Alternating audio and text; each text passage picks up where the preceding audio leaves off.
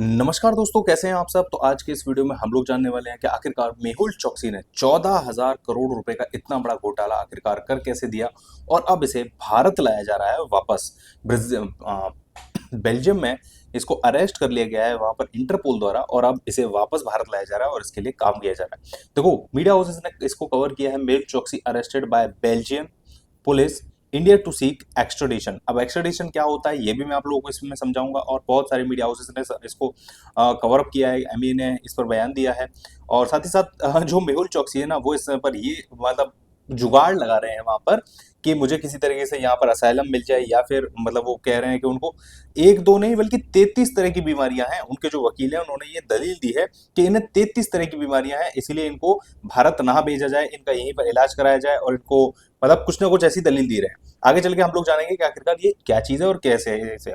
तो देखो, इंटरपोल ने इनके लिए एक रेड नोटिस भी जारी किया गया था जिसके बाद इंटरपोल ने इन्हें पकड़ लिया। अब इंटरपोल क्या है क्या नहीं है, आज के इस वीडियो में हम लोग क्या क्या जानने वाले हैं उसको समझ लेते हैं। देखो, सबसे पहले हम लोग समझेंगे कि मेहुल चोकसी से संबंधित ये मामला है क्या, आखिरकार मेहुल चोकसी कौन है, क्यों इसके पीछे पूरा का पूरा विश्व पड़ गया। मतलब एक तरीके से इंटरपोल जो है वो कई सारे देशों की पुलिस है। इंटरपोल का इसमें क्या रोल रहा और क्या ये भारत आएगा और क्या बैंकों को अपना पैसा वापस मिलेगा। देखो, इंटरपोल आखिरकार होता क्या है, जैसे हम लोग बात करते हैं हमारे देश में बहुत सारे राज्य हैं और हर राज्य में अपनी एक पुलिस होती है। ठीक है, इसका मतलब ये होता है कि जैसे मान लो अगर एक राज्य है उत्तर प्रदेश के पास में एक राज्य बिहार है। ठीक है, अगर कोई व्यक्ति उत्तर प्रदेश से भागकर बिहार चला जाता है, मतलब कोई क्राइम करता है और फिर भागकर चला जाता है, तो उसको बिहार की जो पुलिस है ना वो पकड़कर वापस उत्तर प्रदेश को सौंप देती है। ऐसे ही भारत के अन्य राज्यों में भी होता है। लेकिन क्या हो अगर भारत का कोई नागरिक और कोई एक क्राइम करके वो कोई और देश भाग जाए, तो क्या होगा, उसे कैसे पकड़ा जाएगा। और सेम एज अगर हम मान लेते हैं किसी और देश का नागरिक कहीं और क्राइम करके, जैसे मान लेते हैं यूएसए का कोई व्यक्ति क्राइम करके वो भारत में आ जाए, तो भारत उसको वापस करेगा या नहीं करेगा। तो इन चीजों को समझने के लिए और साथ साथ इनको पकड़ने के लिए एक इंटरपोल बनाया गया था। इंटरपोल क्या है, इंटरपोल ये है कि इंटरनेशनल पुलिस है एक तरीके से, कि जो जो जितने भी क्रिमिनल ऐसे होते हैं जो एक देश में कोई क्राइम करा और वो दूसरे देश में भाग गए, तो यहां पर क्या होता है कि वहां के देश की जो पुलिस है वो पकड़कर इसको इंटरपोल के हवाले करेगी कि इंटरपोल इंटरपोल देखो ये था, ये फलाने देश का था और ये हमारे देश में आ गया था, इसीलिए हमने इसको पकड़ लिया और अब आप इसको हम आपको हवाले कर रहे हैं और आप इसको वापस उनके हवाले कर दो। अब इसके लिए क्या होता है, इसके लिए संधि की जाती है। संधि अगर मैं इंग्लिश में बोलूं तो ट्रीटी होती है। ठीक है, तो बहुत सारे देशों ने आपस में ट्रीटी कर रखी है इस तरीके की चीजों के लिए कि अगर कोई क्रिमिनल हमारे यहाँ से कोई भी ऐसी गतिविधि करके आपके यहाँ भाग जाता है तो आप उसे तुरंत हमें बताएंगे और हमें वापस भी करेंगे। मतलब ये हवाले करेंगे इंटरपोल के और इंटरपोल फिर वापस इन कंट्री के हवाले कर देगा। अब यहाँ पर हुआ क्या, मेहुल चोकसी कौन है, क्या चीज है, अब उसके बारे में जानते हैं। तो देखो, मेहुल चोकसी देखो ये है भारत और यहाँ पर पड़ता है ब्राजील, सॉरी बेल्जियम बेल्जियम। ठीक है, तो यहां से भारत इसको वापस लाया जाएगा। ठीक है, अब इसके पीछे मामला चला है। तब देखो क्या है मामला, मामला जान लेते हैं, थोड़ा सा पहले बैकग्राउंड जान लेते हैं। 2018 में पीएनबी ने 13,500 करोड़ के घोटाले के खुलासा किया जिसमें मेहुल चोकसी और इसका भांजा नीरव मोदी ये दोनों आरोपित थे। इन्होंने क्या किया था कि फर्जी लेटर ऑफ अंडरटेकिंग बनवाया, इसके माध्यम से विदेशों से लोन लिया और पैसा जो है ज्वेलरी आयात और बाकी सारे मतलब एक तरीके से पूरा पूरा इन्होंने घोटाला किया। अब देखो इसमें ना साथ साथ पीएनबी के एम्प्लॉयज भी इसमें शामिल थे। मतलब उन्होंने कितना बड़ा भ्रष्टाचार किया है, मतलब कितने एक तरीके से कह सकते हैं भ्रष्ट लोग थे जिन्होंने कुछ पैसों के लिए यहाँ पर देश के मतलब देखो यार कुल मिला के बात समझो, ये जो 13,500 करोड़ रुपए है, मतलब ये कुछ डेटा है, लगभग लगभग 14,000 करोड़ का डेटा है ये 14,000 करोड़ है किसके, ये भारत की जनता के हैं। वो लोग जो लोग अपना पैसा बैंक में जमा करते हैं इस विश्वास के साथ कि वो पैसा सुरक्षित रहेगा और साथ साथ हमें बैंकों पर भरोसा है उस चीज के लिए रखते हैं और ये पैसा हमारी इकोनॉमी में सर्कुलेट होकर हमारी इकोनॉमी को बूस्ट करता है। लेकिन ये पैसा इन कुछ लोगों की वजह से यहाँ पर पूरा का पूरा इन लोगों ने घोटाला कर दिया इसका। अब आइए जानते हैं, देखो इसमें एक चीज दी गई है कि फर्जी लेटर ऑफ अंडरटेकिंग। अब ये क्या होता है ये मैं आप लोगों को समझा देता हूँ। इससे पहले देखो मेहुल चोकसी इन्होंने क्या किया कि 2018 में यहां से इन्होंने ये कारनामा किया अपना और ये भागकर एंटीगुआ चले गए। एंटीगुआ कहाँ है, तो ये यूनाइटेड स्टेट्स ऑफ अमेरिका में ये एक छोटा सा आइलैंड देश है, छोटा सा आइलैंड देश है। अब दिक्कत क्या है ना कि उस देश के साथ भारत की कोई ट्रीटी नहीं है, उस देश के साथ भारत की कोई ट्रीटी नहीं है। देखो ये कहाँ है, तो ये देखो यूएसए में है। ठीक है, तो उस देश के साथ भारत की कोई भी ट्रीटी नहीं है। अब ट्रीटी नहीं है तो दिक्कत हो गई। दिक्कत इसलिए होगी क्योंकि अगर उसके देश के साथ ट्रीटी नहीं तो हमें पता है कि ये वहां चला गया लेकिन वो वहां का नागरिक हो गया है। अब यहाँ का नागरिक कैसे हो गया, तो देखो बहुत सारे देश ऐसे होते हैं जो पैसों के लिए नागरिकता दे देते हैं। मतलब आप हमारे देश में आइए, कुछ पैसा इन्वेस्ट कर दीजिए और आप हमारे यहाँ से नागरिकता ले लीजिए, या कुछ पैसा दे दीजिए और नागरिकता ले लीजिए। तो इस तरीके से इन्होंने यहाँ की नागरिकता ले ली। अब ये यहीं पर मजे से आराम से रह रहा था, लेकिन इसकी किस्मत खराब है। मतलब खराब इन द सेंस कह सकते हैं कि इसकी तबीयत खराब हो गई। अब जब तबीयत खराब हो गई तो ये तो एक बहुत छोटा सा देश है, यहाँ तो इतना इलाज, सॉरी ये जो इंडिगो है ना, ये बहुत छोटा सा देश है। अब यहाँ इलाज इसका हो नहीं पाया, तो ये चला गया बेल्जियम, ये चला गया सॉरी बेल्जियम। अब भारत ने क्या किया था कि जब 2018 में ये भागा था, तो भारत को पता था कि ये भारत ही भागा है, तो भारत ने इंटरपोल में इसकी एक सूचना दी और कहा कि देखो ये देखो, मैंने आप लोगों को यहाँ पर दिखाया था ना, ये जो है ना, ये इंटरपोल ने इसकी एक डिटेल वो बनाया कि देखो ये व्यक्ति है, मेहुल इसका नाम है, मेल है, इतनी इसकी एज है, ये यहाँ से भाजा है, ये इसकी नेशनलिटी। तो ये सब चीजें इंटरपोल ने हर एक देश को भेज दी, जितने भी उसके मेंबर कंट्रीज है, कि देखो ये व्यक्ति अगर कहीं भी किसी भी देश में अगर पाया जाता है, किसी को मिलता है, तो इसे तुरंत वहां अरेस्ट करके इंटरपोल के हवाले किया जाए और हम इसे भारत के हवाले करेंगे। क्लियर? तो 2025 में बेल्जियम के एंट वर्प से ये गिरफ्तार कर लिया गया। अब भारत इसकी प्रत्यार्पण की, यानी कि वापस इसे वापस लेने की मांग कर रहा है कि भाई अब इसे गिरफ्तार करके भारत को सौंपो, हम यहाँ पर इसके ऊपर केस चलाएंगे और चीजें करेंगे। अभी मैंने आप लोग को बताया कि लेटर ऑफ अंडरटेकिंग होती है। अब इन्होंने सॉरी ये सॉरी ये एडिटर मेरा undertaking, letter of undertaking होती है, सॉरी हाँ गलती से लिख गया। तो देखो लेटर ऑफ अंडरटेकिंग आखिरकार होता क्या है?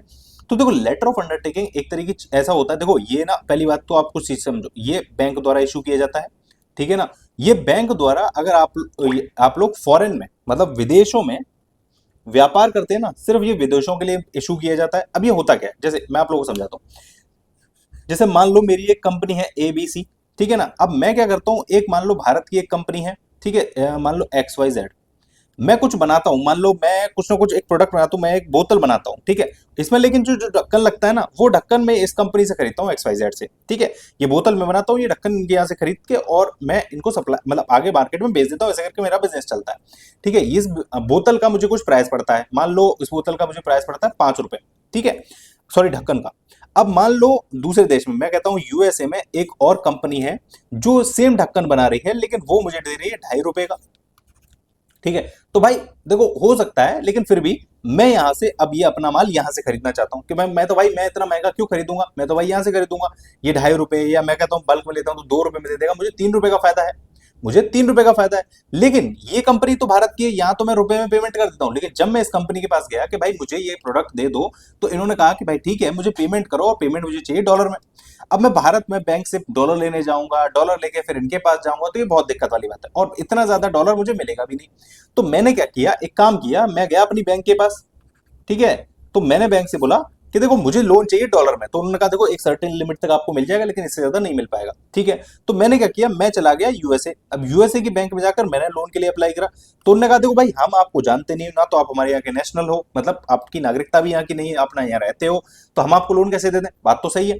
तो इसके लिए एक रास्ता है कि लेटर ऑफ अंडरटेकिंग होती है। ये कौन इशू करता है? तो ये बैंक इशू करता है। मैं गया अपनी बैंक के पास, मान लो स्टेट बैंक ऑफ इंडिया मेरी बैंक है, तो मैंने क्या किया, मैंने एक LOU इशू करा लिया। LOU का मतलब है लेटर ऑफ अंडरस्टैंडिंग। बैंक यहाँ पर मेरा एक गारंटर बन गया। गारंटर इस तरीके से बन गया, जैसे मान लो मेरे बैंक के साथ अच्छे संबंध है, मैं इन पर टाइम टाइम लोन लेता रहता हूँ, मेरी सिविल अच्छी है, ठीक है, और मैं चुकाता भी रहता हूँ, तो बैंक को भी हम पर ट्रस्ट हो जाता है। तो मैंने उनसे ले लिया LOU, लेटर ऑफ अंडरटेकिंग। अब मैंने ये ले जाकर इन व्यक्ति को दे दिया, ठीक है। इन व्यक्ति ने अपनी बैंक को दिखाया, ठीक है ना, sorry sorry sorry sorry sorry मैंने ये जो लेटर ऑन अंडरटेकिंग है ये ले जाकर दिया बैंक को US में, ठीक है। और मैंने उनसे कहा कि भाई मुझे को लोन दे दो।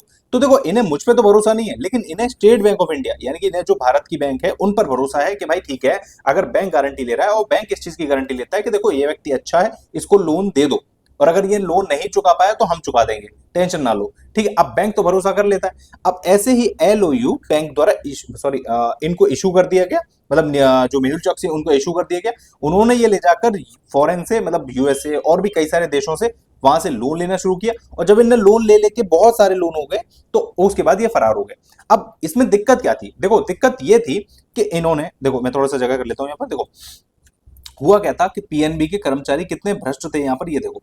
देखो, जब भी एलओयू इशू किया जाता है तो इनका एक सिस्टम होता है, CBS, core banking service, CBS, ठीक है। तो यहाँ पर उस चीज की एंट्री होती है कि भाई देखो, हम इतने गारंटर बन के बैठे हुए हैं, यानी कि जो टॉप लेवल है पीएनबी का, उसको पता रहता है कि भाई हमने कितने लोगों की गारंटी ले रखी है, कितने लोन तक ले रखी है, और इसकी भी एक लिमिट होती है। लेकिन जो यहाँ के भ्रष्ट ऑफिसर्स थे ना, उन्होंने ये ना तो ये कोई लिमिट देखी, ना तो इसमें एंट्री की, और धड़ाधड़ इन्होंने एलओयू इशू कर दिए, जिसके बेसिस पे इन्होंने कई सारे देशों से लोन ले लिया, और लोन का अमाउंट बना 14,000 करोड़ रुपए, ठीक है। और जब ये बात का खुलासा हुआ तो ऊपर बैठे जो अधिकारी थे उनको पता चला कि भाई ये ऐसा कैसे हो गया, 14,000 करोड़ रुपए, इतना लोन कैसे पास हो गया, जब तक हमें तो पता ही नहीं है, ठीक है।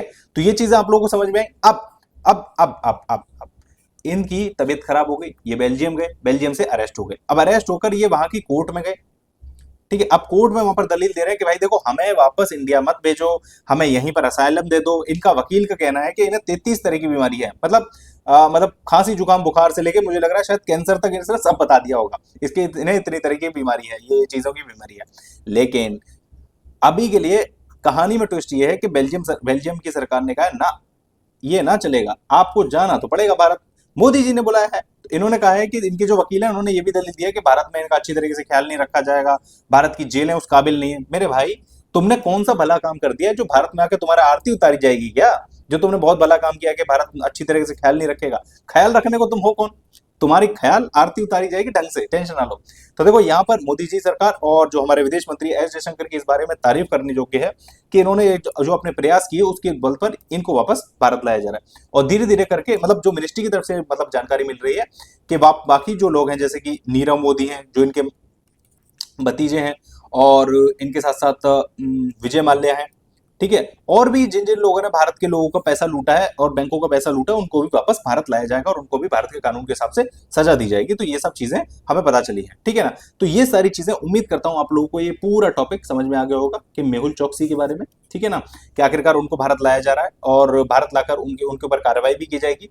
कार्रवाई करने के बाद भारत में, मतलब कोशिश ये की जाएगी कि पूरा पैसा भी रिकवर किया जाए ब्याज के साथ, ठीक है ना, वरना इनको सजा तो बिल्कुल दी जाएगी। अब ये सब प्रोसीजर है। तो उम्मीद करता हूं आप लोगों को सारी चीजें समझ में आ गई होंगी कि इंटरपोल क्या चीज है, ठीक है ना। इंटरपोल क्या चीज है, इंटरपोल का इसमें रोल क्या रहा, साथ ही साथ एलओयू भी समझ में आ गया होगा, कैसे ये घोटाला हुआ पीएनबी के साथ, ये भी समझ में आ गया होगा। उम्मीद करता हूँ सारी चीजें आप लोगों को क्लियर हो गई होंगी। तो ये टॉपिक अगर क्लियर हो गया हो तो आप लोग नीचे कमेंट करके बता सकते हैं कि यस क्लियर हो गया, और कोई टॉपिक अगर आप लोगों को समझने में दिक्कत आ रही है तो आप लोग वो भी कमेंट करके बता सकते हैं, मैं उसके ऊपर भी वीडियो बना दूंगा। अगर वीडियो आप लोगों को पसंद आई और यहाँ तक आप लोग देख रहे हो तो यार देखो, एक लाइक जरूर कर दो और एक प्यारा सा कमेंट भी कर देना, ऐसी और वीडियोस देखते रहने के लिए। चलिए, thank you so much for watching, मिलते हैं नेक्स्ट वीडियो में। Till then bye bye, take care.